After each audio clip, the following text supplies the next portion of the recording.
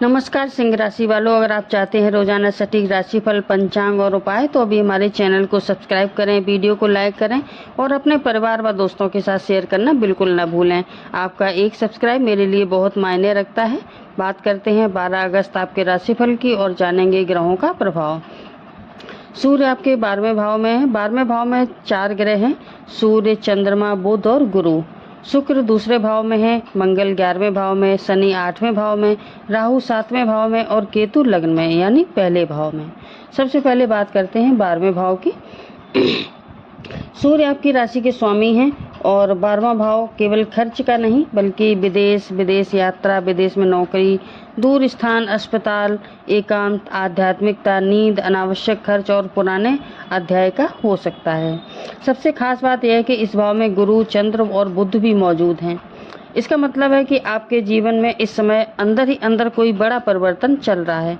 आपके सामने ऐसी स्थिति आ सकती है जिसमें आपको निर्णय लेना पड़े, यहीं रहना है या आगे बढ़ना है। सिंह राशि वालों, आज प्रश्न केवल मन का नहीं बल्कि कैरियर और भविष्य से भी जुड़ा हो सकता है। तो बात करते हैं गुरु की। गुरु इस समय कर्क राशि में है और इसलिए सिंह राशि के गुरु 12वें भाव में होने के कारण कई लोगों के लिए विदेश, उच्च शिक्षा, दूर स्थान या आध्यात्मिक विकास से जुड़े अवसर पैदा कर सकता है। अगर आप विदेश जाने का प्रयास कर रहे हैं, विदेशी कंपनी में नौकरी करना चाहते हैं, वीज़ा या वर्क परमिट के लिए एप्लीकेशन दे चुके हैं, विदेश में पढ़ाई करना चाहते हैं या किसी दूसरे शहर में जाकर कैरियर बनाना चाहते हैं तो आने वाला समय आपके लिए महत्वपूर्ण हो सकता है। लेकिन ध्यान रखिए, योग बनना और योग को फल मिलना दोनों अलग बातें हैं।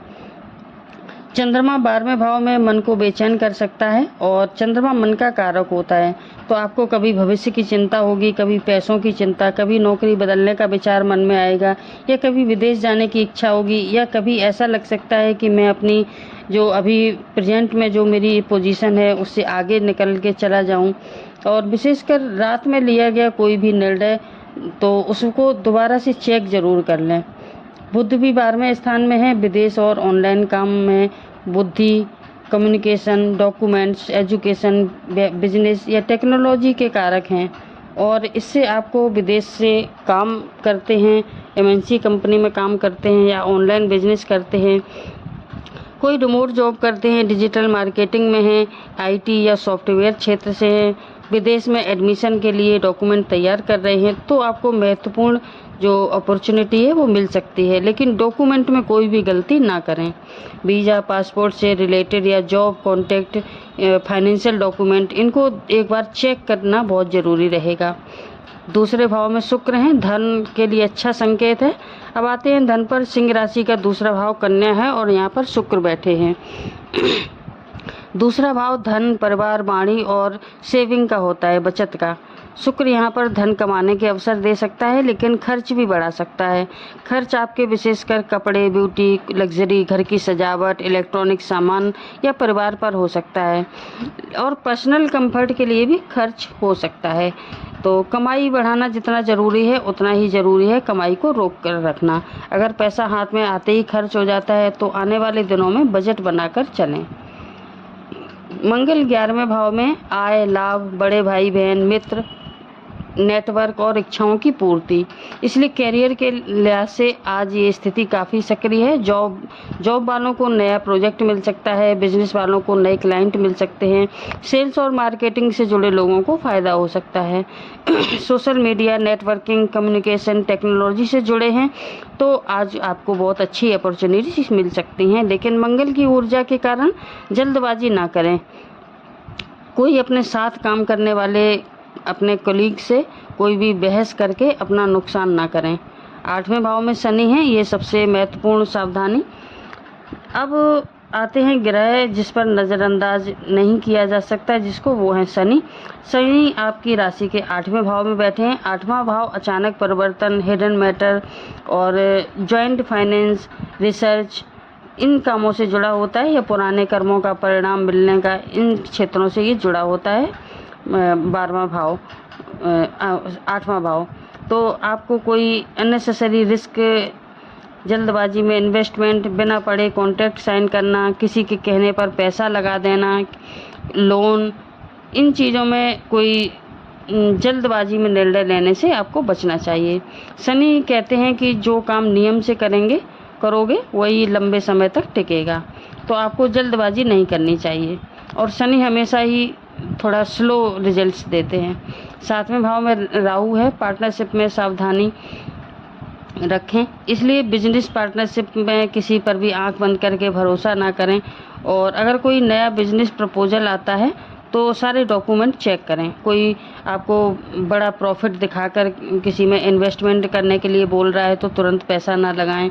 या रिश्तों में कम्युनिकेशन भी बहुत ज़रूरी है, बातचीत करते रहें। राहु कई बार अचानक सभी चीज़ों की वास्तविकता को बड़ा दिखाता है, इसलिए जो दिख रहा है वही सच नहीं है, ये मानकर निर्णय ना लें।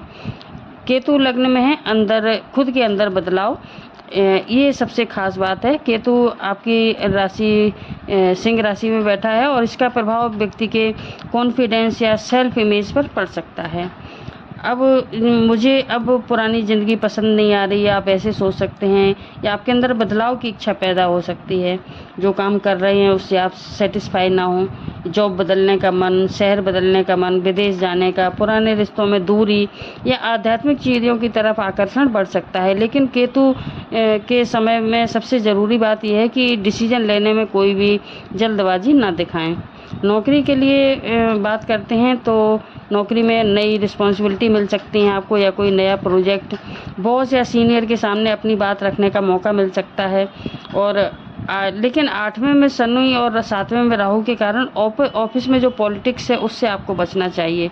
और किसी कलीग की बात को तुरंत आप रिस्पॉन्स ना दें, मन में विचार करें, सोचें समझें, फिर जवाब दें या उसका रिस्पॉन्स दें।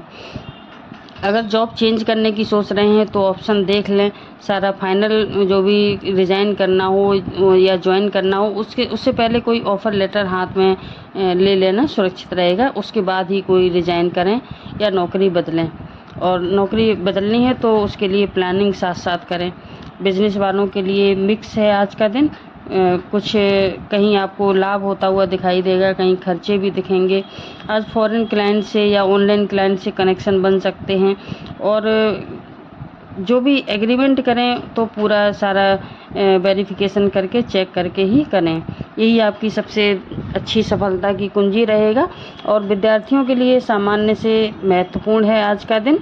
जो विद्यार्थी competitive exam, higher education, foreign university, online certification या रिसर्च, टेक्नोलॉजी, मैनेजमेंट, कम्युनिकेशन से जुड़े हैं तो उन्हें फ़ायदा हो सकता है। लेकिन चंद्रमा की वजह से थोड़ा आपका कॉन्फिडेंस है या जो मनोबल है वो कभी कभी टूटा हुआ सा लगेगा आपको, जैसे निराशा हाथ लगेगी। लेकिन इसीलिए एक समय में एक सब्जेक्ट पर फोकस करें तो आपको थोड़ा सा मनोबल आपका ऊंचा उठा हुआ रहेगा कि कुछ समझ में आ रहा है, मैं आगे बढ़ रहा हूँ, या एक चैप्टर और कंप्लीट कर लिया तो आपको थोड़ा अच्छा लगेगा। और सबसे बड़ा दुश्मन आपकी क्षमता नहीं है बल्कि डिस्ट्रैक्शन है। जो आप ध्यान भटक जाता है वो आपकी सबसे बड़ी समस्या है, तो उससे आप बचें। विदेश जाने का योग बना हुआ है।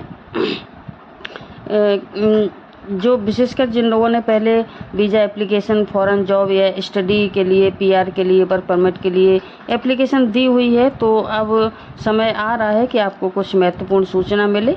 और ख़रीदारी के लिए शुभ समय है दोपहर के बाद का, या अभिजित मुहूर्त में, शुभ मुहूर्त में खरीदारी कर सकते हैं। जो शुभ समय है सुबह 7:28 से 9 बजे तक और 11:59 से 12:52 तक। राहु काल में खरीदारी ना करें। और बड़ी खरीदारी करने से पहले बजट बनाकर चलें और बजट चेक कर लें। यात्रा के लिए शुभ समय है 12:26 से 2:05 तक। और यात्रा शुरू करने से पहले भगवान का स्मरण करके घर से निकलें। उत्तर दिशा की यात्रा टालें। उत्तर दिशा की वो दिशाशूल है उत्तर दिशा, तो यात्रा करना मना है। और शुभ रंग है आज आपके लिए हल्का पीला, सुनहरा, गोल्डन, क्रीम और हल्का नारंगी या लाइट ऑरेंज। और इन रंगों का उपयोग करें आप पूरे दिन में, जो आपको सकारात्मक ऊर्जा प्रदान करते रहेंगे। और शुभ अंक है 1, 3 और 5। आराध्य देव हैं भगवान सूर्य देव, इनकी उपासना विशेष लाभकारी रहेगी। और आपका उपाय है सुबह स्नान करने के बाद सूर्य को जल अर्पित करें ओम घृणी सूर्याय नमः इस मंत्र का 11 बार या 21 बार जप करें। भगवान शिव का ध्यान करें। यदि संभव हो तो गरीब या ज़रूरतमंद व्यक्ति को भोजन कराएं। अमावस्या के कारण पितरों का स्मरण करना और उनका दान तर्पण करना उनके निमित्त ये भी किया जा सकता है। अगर आप कर सकते हैं तो ज़रूर करें।